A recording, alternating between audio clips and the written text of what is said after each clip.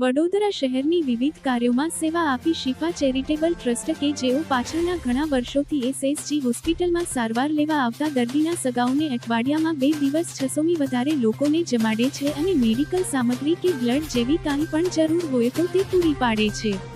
અને આ ટ્રસ્ટનું training centre વાળી જહાંગીરપુરા ખાતે આવેલ છે। ત્યાં પાછળના ઘણા વખતથી વિવિધ જાતના કેમ્પો નિઃશુલ્ક યોજવામાં આવે છે, જેમાં મેડિકલ કેમ્પ, ફિઝિયોથેરાપિસ્ટ કેમ્પ, હાથના કેમ્પ, કપડાં વિતરણ કેમ્પ, સાથે મુસ્લિમ વિધવા બહેનોને રમજાન મહિનામાં અનાજની કીટ અને હિન્દુ વિધવા બહેનોને દિવાળી વખતે સાડી અને અનાજની કીટનું વિતરણ કરવામાં આવે છે।